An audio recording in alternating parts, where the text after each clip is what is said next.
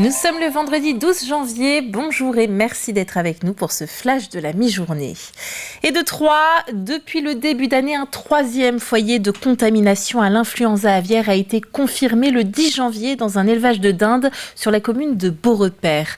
Des zones réglementées de protection et de surveillance sont mises en place dans un rayon de 3 et 10 km autour de l'établissement contaminé. Des maisons chaleureuses dédiées aux femmes qui ont besoin de tisser des liens et de rebondir. C'est la base de l'association Providentielle, née d'une volonté de rompre l'isolement. Après Nantes, une nouvelle maison a ouvert à La Roche-sur-Yon le 8 janvier. Elle se trouve au 10 boulevard Denis Papin. Voyez ce reportage signé Alix Lanos. Ce matin, à la maison Providentielle, c'est atelier café gourmand. Chacune a rapporté un petit quelque chose et toutes font connaissance.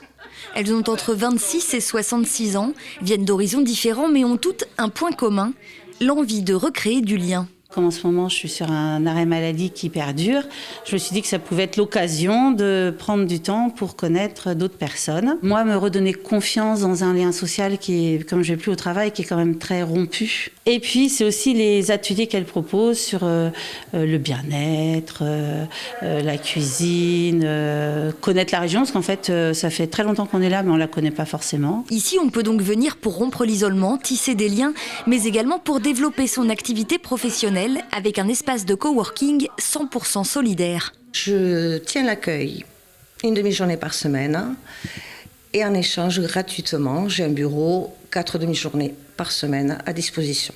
Cécile va donc pouvoir développer son activité, mais pas seulement.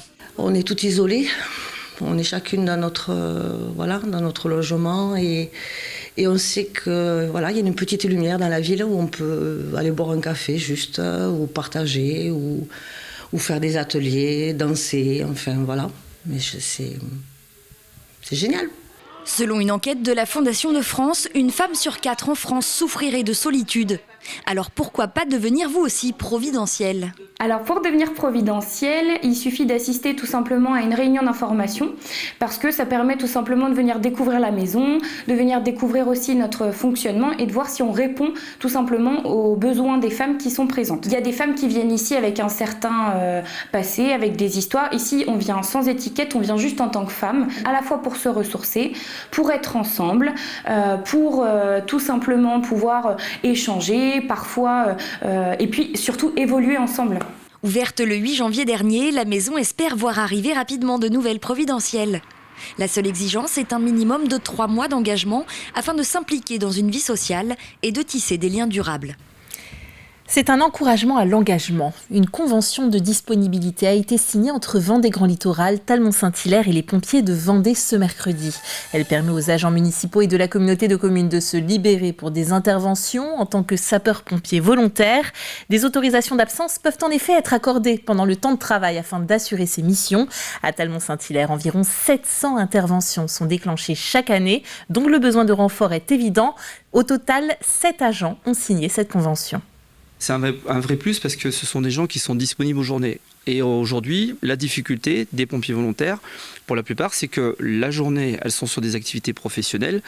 Et donc, quand elles sont libérées sur leur temps de travail professionnel pour porter assistance, c'est un plus parce que la disponibilité est difficile en journée. Et généralement, les gens prennent des disponibilités et font leur activité de sapeur-pompier volontaire le week-end ou lors de leur congé ou le soir après le travail. Or là, ils peuvent aussi exercer cette activité si on a besoin d'eux en journée parce que la commune ou l'entreprise privée peut libérer la personne la journée. 600 visiteurs en un mois à Talmont-Saint-Hilaire. La microfolie de la communauté de communes Vendée Grand Littoral est d'ores et déjà un grand succès. Alors rappelons le principe. Il s'agit d'un musée numérique et itinérant qui permet de mettre les grandes œuvres nationales à la portée de tous. Du 10 au 20 janvier, la microfolie pose ses valises au Champ Saint-Père à l'EHPAD Beau Séjour. Un choix qui permet le brassage intergénérationnel puisque l'exposition reste ouverte à tous. En fait, la microfolie, qu'est-ce que c'est ? C'est la culture à portée de main chez soi, au niveau des communes. L'idée, c'est que tout le monde puisse venir, soit pour connaître la culture, soit pour donner envie à la culture. On a sculpture, peinture, théâtre, musique. Il y a toujours un accompagnement musical avec chaque collection. Et puis, on a la chance d'avoir quelques œuvres complète, numérisée, en lien avec l'Opéra national de Paris, ce qui nous permet de faire des soirées comme à l'opéra.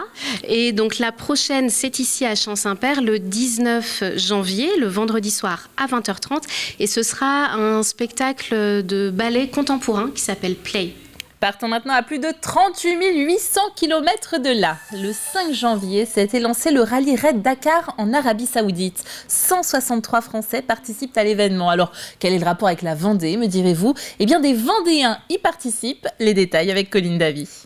2 équipes à suivre côté vendéen de retour sur le circuit. D'abord le Sablais Ronan Chabot, absent en 2023, il est de retour pour une 21e participation, toujours avec son copilote Gilles Pilot dans leur Toyota. Cela fait plus de 20 ans que le duo sillonne les dunes, une longévité inégalée sur le rallye Dakar. Côté compétition, s'ils sont parvenus à atteindre 2 fois le top 10, c'était en 2015 et 2019, ils visent cette année un top 15. Et puis en catégorie mâle moto, ce qui veut dire sans assistance, le Chalandais Thierry Bétis reprend le guidon après 7 ans d'absence. 8 fois champion de France de motocross et de supercross. Cette fois-ci, le pilote veut juste aller au bout, sans blessure et sans casse, avec sa 450 Honda. Un prologue puis 12 étapes. Voici le programme pour cette 46e édition, l'une des plus impressionnantes selon les organisateurs. Alors, où en est-on ? Cette année, 778 pilotes et copilotes s'affrontent sur les routes d'Arabie Saoudite. Ils traversent le pays d'abord d'est en ouest, puis en sens inverse.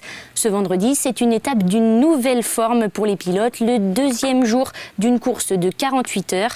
Les concurrents se sont arrêtés à 16 heures hier au bivouac le plus proche et sans savoir où étaient les autres concurrents. Ils ont repris la route il y a quelques minutes à 7 heures. Après ce marathon, demain, place à la journée de repos à Riyad. Nous serons alors à la moitié de ce mythique rallye. Le duo Chabot-Pilot était 76e au départ de la 6e étape ce jeudi matin. Malgré des débuts compliqués, l'équipe a fait 2 bonnes étapes pour remonter au classement général. Quelques déceptions le jour suivant avec des erreurs en fin de course et une pénalité de 30 minutes. Mais avec leur 23e place lors de la 5e étape, l'équipage partait avec une position idéale avant le défi des 48 heures. Thierry Bétis, quant à lui, loge autour des 100e places depuis le début de la course. Malgré quelques problèmes de frein signalés après la 4e étape, aujourd'hui tout va bien. Il est reparti après 2 heures de mécanique le soir même, plus sereinement avec des pneus neufs. Il est actuellement 112e au général. Mais attention, ce classement est provisoire et tout pourrait bien changer ce soir à l'arrivée du défi de 48 heures. Merci Colline. C'est la fin de ce flash. On se retrouve à 18h pour une nouvelle édition.